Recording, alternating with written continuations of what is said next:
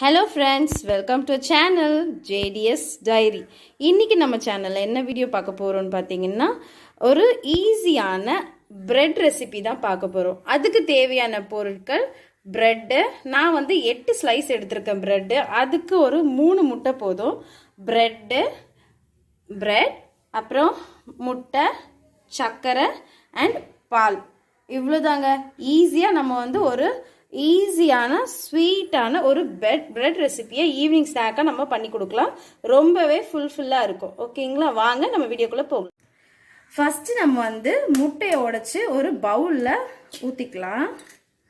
So ஒரு முட்டை and இது ஒரு 3 முட்டை போதுங்க. 8 பிரெட்டு நம்ம செய்யணும்னா ஒரு 3 எக்கு போதும்.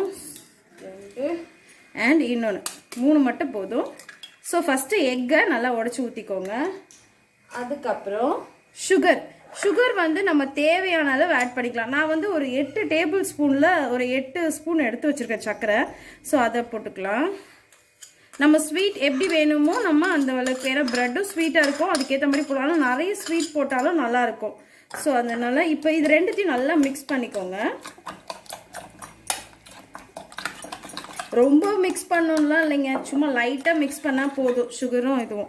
தென் வந்து நம்ம வந்து இப்போ என்ன பண்ண போகிறோம்னா பால் வந்து நம்மளுக்கு தேவையான அளவு ஆட் பண்ணால் போதும். ஸோ இது நான் காய்ச்சி வச்ச பால். ஸோ இதை வெடிகட்டி வச்சுருக்கேன். ஸோ காய்ச்சி வெடிகட்டின பால் நம்மளுக்கு எவ்வளோ தேவையோ, நம்ம அந்த கன்சிஸ்டன்சி நம்மளுக்கு தெரியும். ஸோ இது பாருங்கள், சும்மா லைட்டாக பால் ஊற்றினா போதும். ஓகேங்களா. ஸோ இப்போ என்ன பண்ண போகிறோம் அப்படின்னு பார்த்தீங்கன்னா, இதை வச்சுட்டு இது சும்மா லைட்டாக எதுவுமே வந்து நம்ம போட்டு விஸ்க் பண்ணி அந்த மாதிரிலாம் பண்ண தேவையில்ல. ஸோ லைட்டாக ஓகே. கேஸ் ஆன் பண்ணி வச்சுக்கோங்க, ஏன்னா அது தவா ஹீட் ஆகணும். ஸோ தவா ஹீட் ஆகுறதுக்குள்ள நாம இப்போ பிரெட்டை வந்து இதில் ஊற வைக்க போகிறோம், டிப் பண்ண போகிறோம். ஒரு பிரெட்டாக போட்டு நம்ம டிப் பண்ணிக்கலாம்.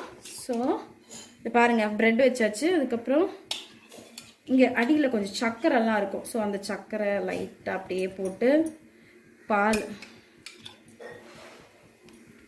ஈஸியாக, அவ்வளோதாங்க. இது முடிஞ்சிச்சு. இதை தவால போட்டு நம்ம எடுத்தோம்னா இது முடிஞ்சிச்சு. கொஞ்சமாக நம்ம ஊற வச்சுக்கலாம். இன்னும் தேவைன்னா மில்க் ஊற்றணும்னா பால் எவ்வளோ ஊற்றுறோமோ அந்த அளவுக்கு வந்து கொஞ்சம் நல்லாயிருக்கும். ஓகேங்களா.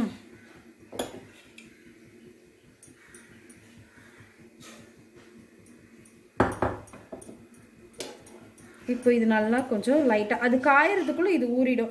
இதை எடுத்து நம்ம தவால போட்டு நெக்ஸ்ட் இதுக்கும் நம்ம ரெடி பண்ணிக்கலாம். ஸோ அந்த மாதிரி பண்ணிக்கலாம்.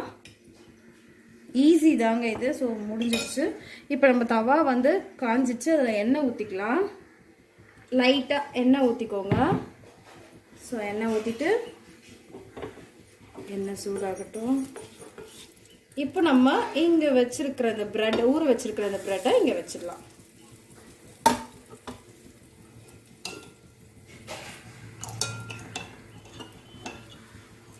நம்ம பால் கூட நிறைய ஊற்றிக்கலாம். ஸோ அந்த பால் வந்து நல்லா ஊற நல்லா இருக்கும். ஸோ அந்த எக்கு, மில்க்கு, இந்த சர்க்கரை எல்லாம் சேர்ந்து ரொம்பவே டேஸ்டியாக இருக்கும். இது கூட நீங்கள் சீஸ் கூட சேர்த்துக்கலாங்க. சீஸ் துருவி மேலே போட்டுக்கலாம், நல்லா இருக்கும். எங்கள் வீட்டில் யாரும் சாப்பிட மாட்டோம்.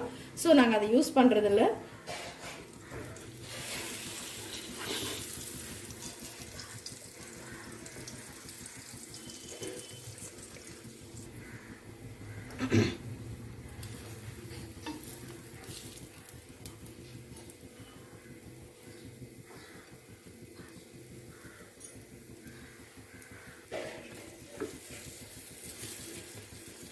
திருப்பி போடுங்க.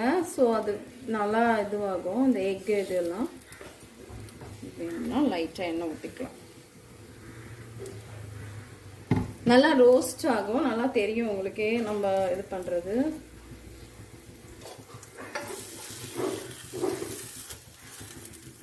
பிரெட்டே கொஞ்சம் வெயிட்டாக இருக்கிற மாதிரி இருக்கும். அவ்வளோதாங்க, ஈஸியான பிரெட் ரெசிபி ரெடி.